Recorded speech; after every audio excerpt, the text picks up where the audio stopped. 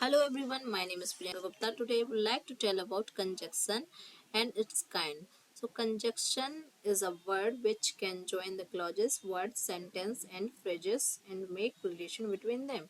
Conjunction वो words होते हैं जो क्या दो sentences को दो words को एक कर देते हैं. नेक्स्ट हम देखते हैं इसके काइंड्स.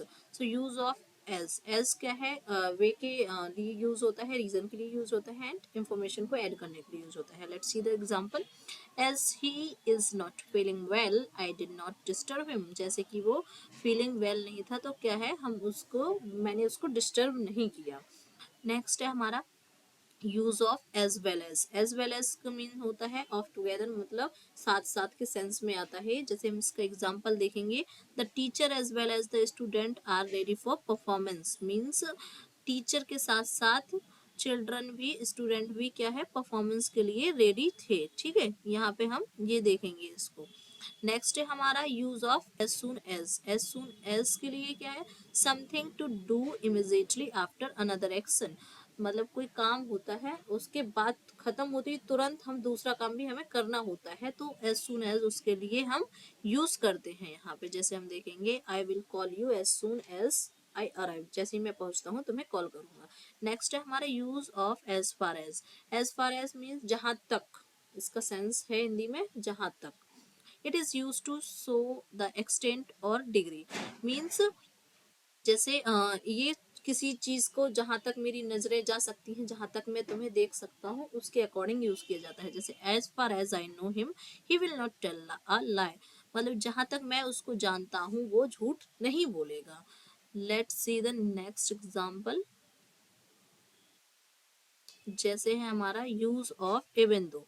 इवन दो में क्या है, इसको इंसिस्ट करने के लिए किया जाता है कि जैसे कोई भी चीज है तो हम उसको कितना इंसिस्ट कर रहे हैं उसको करने के लिए. ठीक है, जैसे हम इसका एग्जांपल देखेंगे. Even though he is rich he lives a small house. मतलब क्या है, वो अमीर है उसके बावजूद भी क्या, वो स्मॉल हाउस में रहता है. तो ये क्या है, उसको इंसिस्ट करके बता रहा है कि उसके अमीर होने के बावजूद भी वो क्या करता है कि इसमें रहता है, वो स्मॉल हाउस में रहता है. ठीक है, अब नेक्स्ट है हमारा यूज ऑफ सो. अब सो का क्या है, ये रीजन को शो करता है कि कैसे रीजन की हमें बताना है, क्या करना है. और सो का यूज ना इसलिए कि सेंस में भी होता है. जैसे हम देखेंगे, he is a polite so everyone likes him. वो पोलाइट है इसलिए सब क्या करते हैं, उसको लाइक करते हैं. नेक्स्ट है हमारा use of if.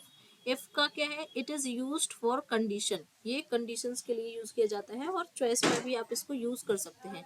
If you meet me I will solve your problem. Means जैसे ही आप मुझे मिलोगे तो मैं आपकी प्रॉब्लम सॉल्व कर दूंगा. ठीक है, नेक्स्ट है हमारा यूज ऑफ वेदर. वेदर क्या है कि वेदर भी पॉसिबिलिटी के लिए यूज किया जाता है. जैसे हम इसका एग्जांपल देखेंगे, we have to accept that the way of life whether we like it or not. हमें लाइफ के जो रूल को एक्सेप्ट करना चाहिए, चाहे हम उसे पसंद करें या ना करें. ठीक है, नेक्स्ट है हमारा यूज ऑफ एट. एट का मीन्स होता है ये इन स्पाइट ऑफ के सेंस पे यूज किया जाता है, के बावजूद. जैसे हम इसका एग्जांपल देखेंगे, Ravi is slow at study in his work. Ravi क्या है, वो स्लो है लेकिन उसके बावजूद भी क्या है, वो अपने काम को कंटिन्यूस करता रहता है. नेक्स्ट है हमारा use of but. It is use to connect opposite चीजों को. अपोजिट चीजों को क्या करता है, ये कनेक्ट करता है. जैसे यहाँ पे कंट्रास्ट दिखाता है, he is a poor but happy. मतलब इसमें ये दिखा रहा है कि वो पुअर है लेकिन हैप्पी है. ठीक है, नेक्स्ट है हमारा यूज ऑफ सिंस. सिंस क्या है, ये सो की तरह ही यूज करता है, किया जाता है, लेकिन इस उसके रीजन के साथ साथ उसमें ये भी बताता है कि अब किस टाइम की बात कर रहे हो आप. टाइम को भी शो करता है. जैसे आप एग्जांपल देखो, since I was child I could not climb on tree. जब मैं बच्चा था तो मैं ट्री पे नहीं चढ़ पाता था.